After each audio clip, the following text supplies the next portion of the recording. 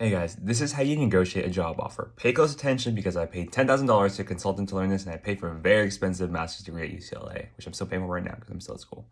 All right, first thing you're gonna do is when you get a call from your recruiter and say, hey, we're so excited, we want to offer you a job.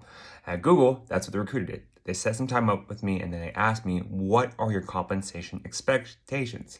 So I knew that you need to come in with a very, very high ask and it's going to sound extremely crazy. So I asked for $500,000, aka $500,000 in total compensation. I knew I was not going to get that, but I knew I needed to start the ball up high and they'll say, are you sure? Are you sure? Are you sure? And you say, yes, just please bring it to the compensation team.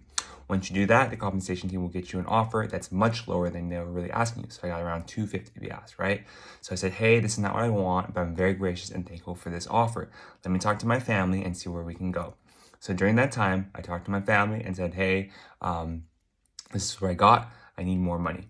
So I went back to the compensation team and said, okay, I appreciate the $250,000 offer. Can we meet in the middle and go somewhere at $400,000? They said, okay, let me see what we can do. Let me talk to the finance team. They came back, finance team said, we can give you something around $275,000. I said, I appreciate that, but that's still not where I want to be.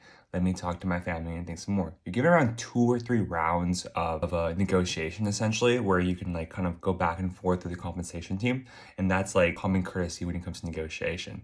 So the next thing I did was said, okay, well, this is what they're giving me. Where can I leverage this, right? Compensation team said, well, we can bump it up more if you get me a competing offer. So what I did was at the time I was currently interviewing with Meta, Apple, Airbnb, and I got offers from all of them. So what I did was I took the offers from Meta, Apple, and Airbnb, and I sent it over to Google. Once Google had that, they went back to the finance and compensation team, and then they were able to give me a much higher offer, which is how we got to the $300,000 a year mark for Google. So essentially the 3 steps are, whenever you get the first offer, tell them you want a crazy high number, right? Because this will give you like a lot of position to leverage your current offer, and you can kind of start at a high point when you start negotiation. Next thing you do is you need to basically decline the first offer. Tell them, hey, you want some more time to think about it with your family, but always come off as gracious and thankful. The reason you gotta come off as gracious and thankful is because at the end of the day, you're negotiating with people, right? The recruiter wants you to get hired, and because the recruiter wants you to get hired, you need to make sure that you do everything you can to be kind of on their good side because they're essentially your teammate, right?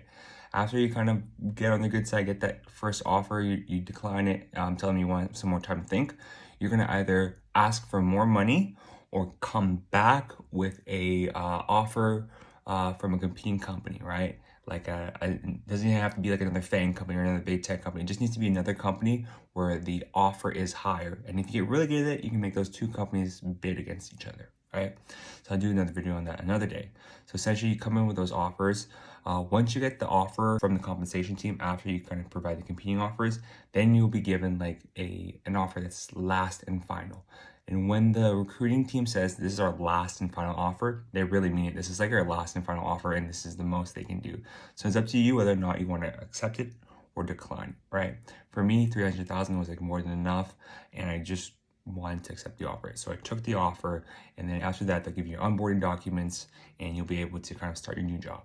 So I appreciate you guys watching this video. Leave a comment down below if you guys want to learn more. I know this video is a lot longer than I usually post, but I feel like it's really essential because it teaches you the basics of negotiation, as well as you can apply this to any industry you're in, whether you're in healthcare, whether you're in business, whether you're in finance, whether you're in tech.